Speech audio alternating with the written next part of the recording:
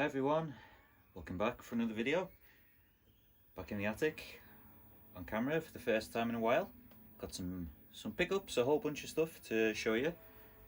Mini TV's back in action. I needed to replace the batteries in it, which takes some doing. Here's a handful of AA batteries that had to be replaced. Anyway, we're back set up, and we're going to watch some Elemental Master while we do these pickups.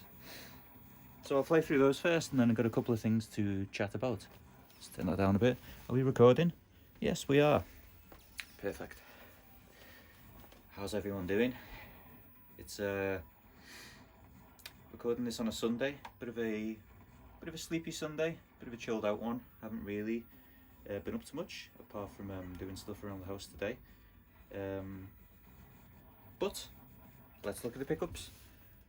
So the first, the 4 games that I've got to show all came from the same source in a bundle, and I'm not going to say exactly how much I paid for them, but it was an absolute bargain, all considered, right?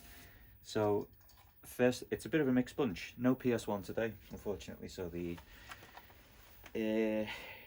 leaderboard will remain untouched. But with a bit of variety is always good. So first of all, is the kind of cheapest thing in the bundle. Couldn't believe it when I found this and picked it up. I haven't got this tape, so might need to set my specky up to try this again. And that is a tape from Crash August '89. And I gotta say, the main reason I picked this up was, besides not having it, because I really want to try Mountains of Ket. Is this like a well-known game? I don't know much about the specky, but Mountains of Ket sounds like a good time. So yeah, we'll be checking out Mountains of Ket at some point, seeing if that's any fun. There we go. So we've got another tape for the Spectrum. There's one for Lee. Next up, arguably the jewel of the bunch. Couldn't believe it when I found this in the box of dusty things I was sorting through in this place. I was looking through, there's a bunch of PS2 and 3 games in there, and I was really digging through them. Like, yeah, we've got Tekken 5, Platinum, and GT5 Prologue, and things like that. And I was like, yeah, okay. And then I pulled this out. We found Splatterhouse out in the wild. And not only that, but it's pretty damn minty as well. Have a look at the manual, and the disc is just totally unmarked, only dust on it. I don't know if you can see this at all. I'll try to rotate that slowly, catch the light in it and that. But yeah, pretty minty Splatterhouse. Inlay's almost perfect, everything else is perfect. Case has a little nick there, but it's just a Blu-ray case, isn't it? So a mildly expensive horror game comes to the attic. Will I set my PS3 up to give this a go? Is it any good, or is it just one of those games that people have decided is kind of more expensive than most others? Let me know. Should I keep Splatterhouse? Should I sell it on to make ends meet to fund other games that I might enjoy more? Don't know, but undecided. But anyway, very happy to find that, very dusty, in a box of mostly junk. So that was cool. Along with that, we got this is the other gem from the collection. We've got some big box PC. Sam and Max Hit the Road, LucasArts adventure game. And one of the reasons that I've got this is because it will run on the old Pentium 1 computer that I have under the desk there, if I'm not mistaken. CPU 38633 or higher. Yeah, we're laughing. MS-DOS 5 or higher. I think we can make that happen.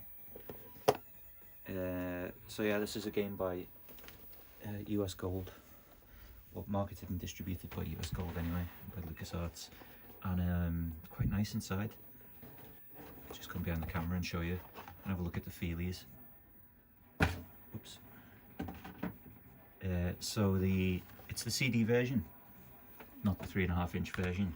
It's got the original case thing here. Pop this open carefully. There it is. There's the disc. The disc was... I haven't actually checked this. Oh, okay. Well, this one's been played, but still not so bad. And all the cardboard is in pretty nice condition, so happy with that. Am I missing a little insert from here? Anyone let me know? There are some other things in the box. We've got the Crime Stompers colouring book, how to play Sam and Max Hit the Road. Is this like an excuse for printing it in black and white? That would be one way of saying it's black and white. But yeah, quite a nice instruction booklet. I'm trying to get this in the frame. The Road. The thrill-packed and completely unrelated official board game. I know this series has been continued like a lot more recently, hasn't it? We have your fingerprint DNA scan and a urine sample on a CD, so don't even contemplate giving this game away.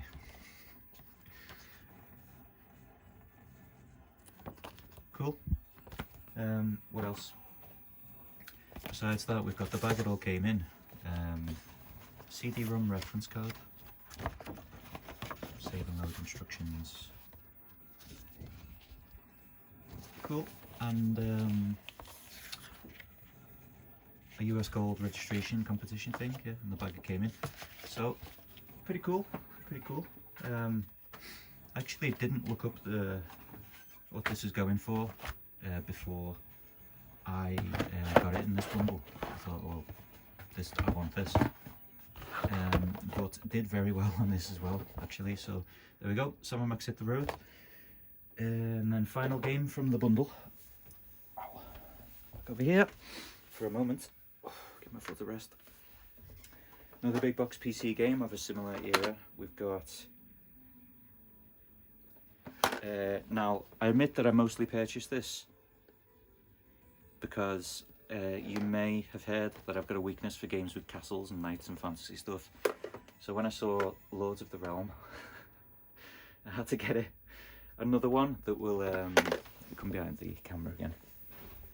Do a little squat here. Another one that should be right at home on my 386 or better. We can do like 2 better than that because we've got a Pentium 1 just under the desk here. But yeah, Lords of the Realm, epic medieval strategy. Look at this guy.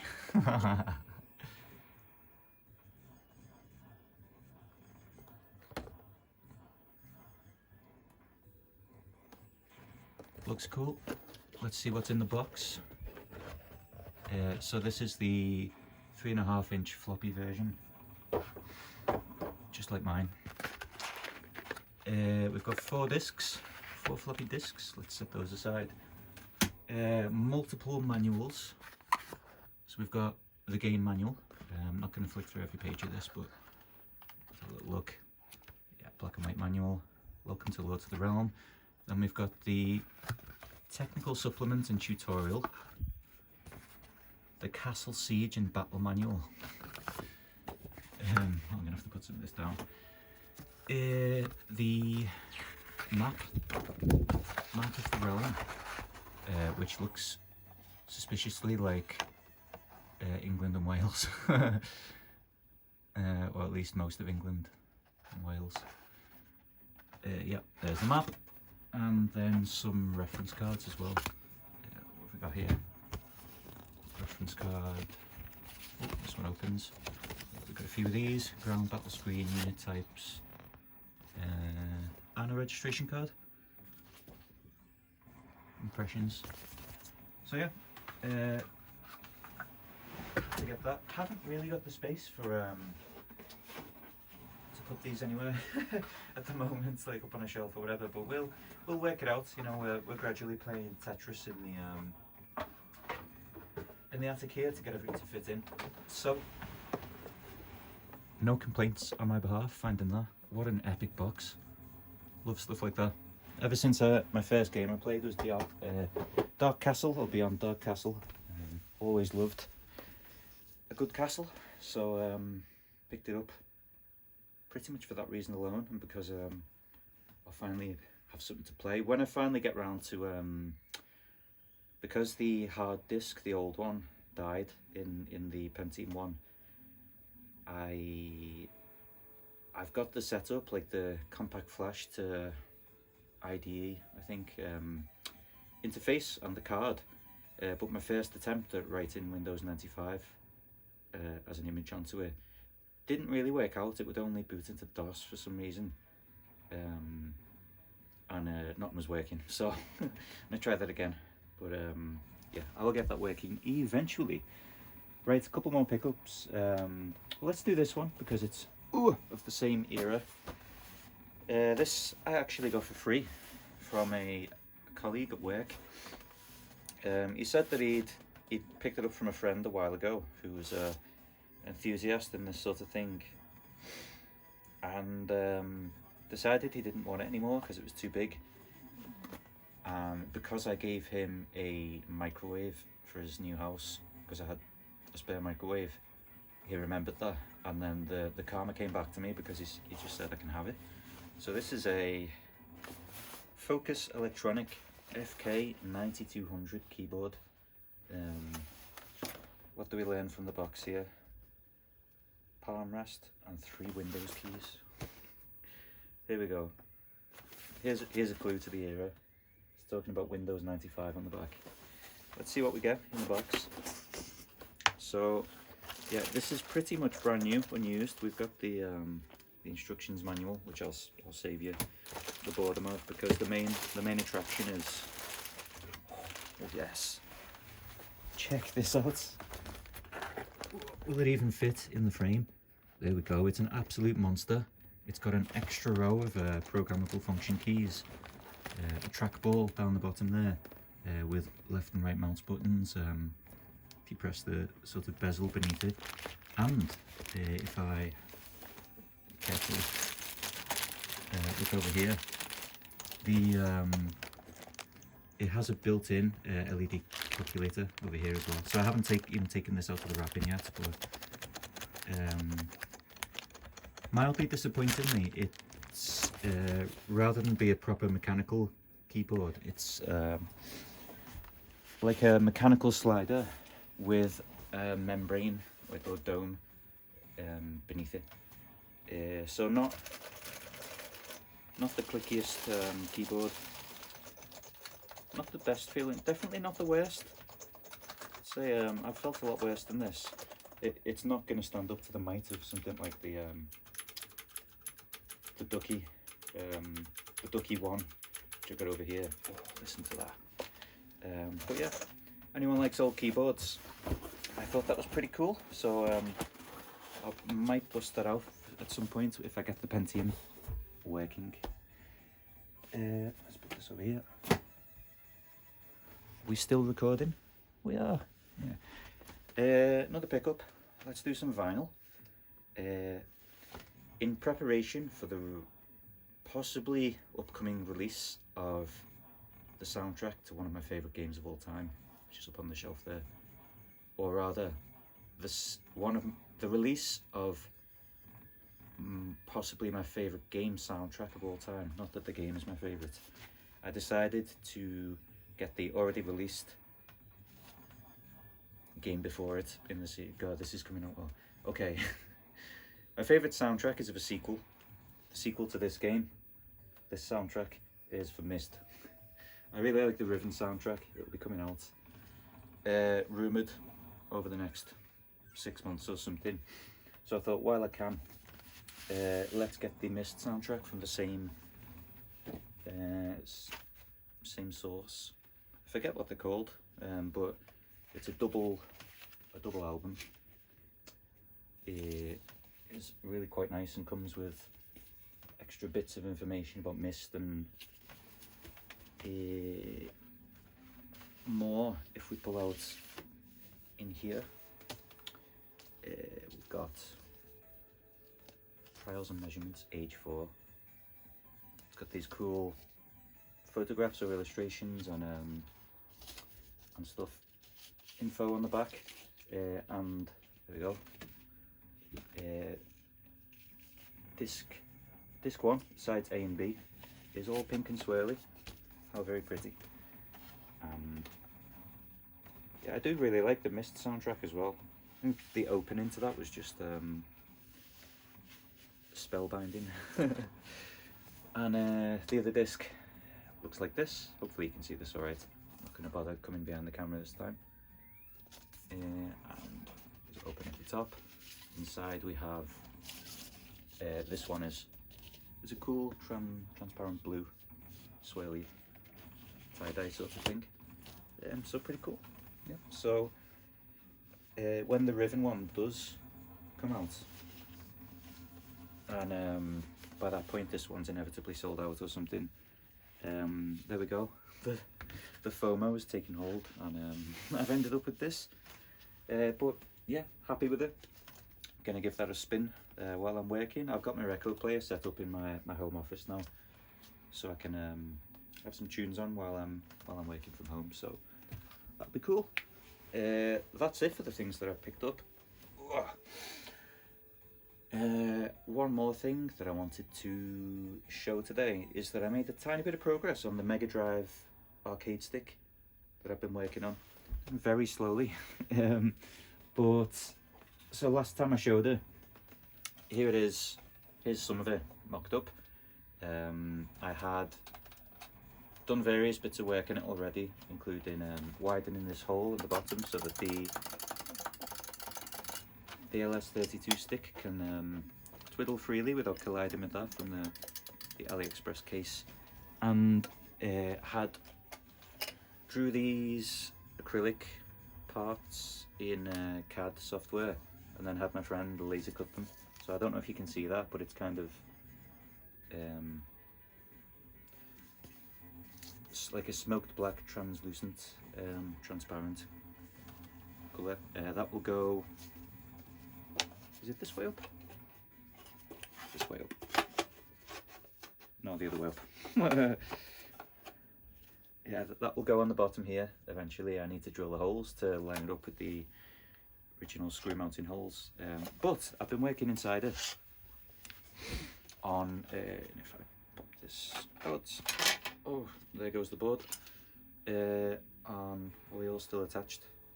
The common ground stuff for the buttons at least is all wired up. I've done the crimping, the fucking annoying crimping on these spade connectors to put the 2 wires into each one and work out this little sort of ground rail harness thing.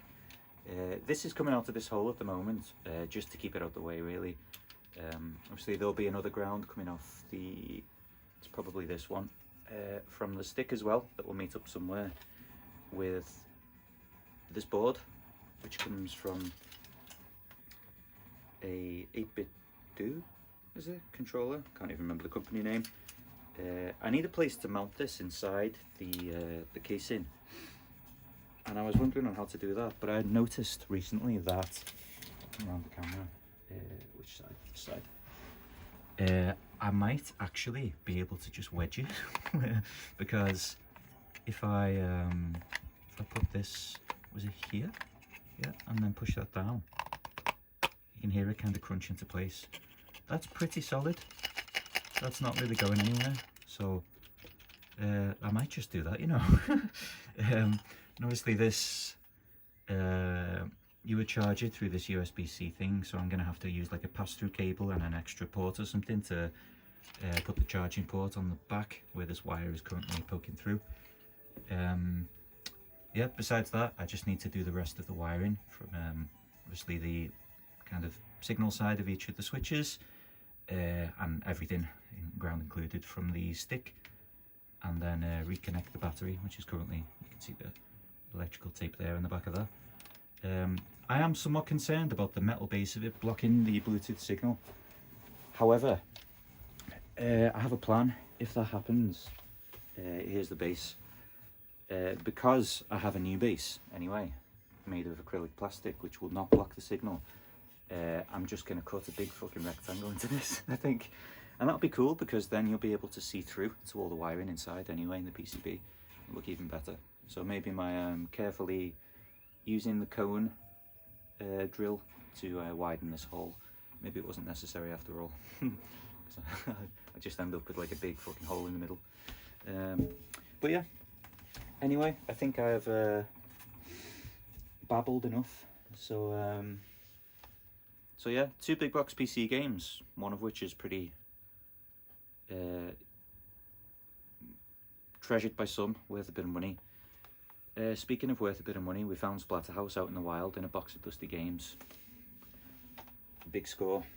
And yeah, and if you'll excuse me, I'm going to go and try Mountains of Ket. So hope everyone's doing good. Haven't been as active on YouTube lately. I've been trying to watch some people's videos and that, but I just been doing other stuff. It is what it is. So yeah, hope everyone's doing well. Hope everyone's not actually doing Mountains of Ket.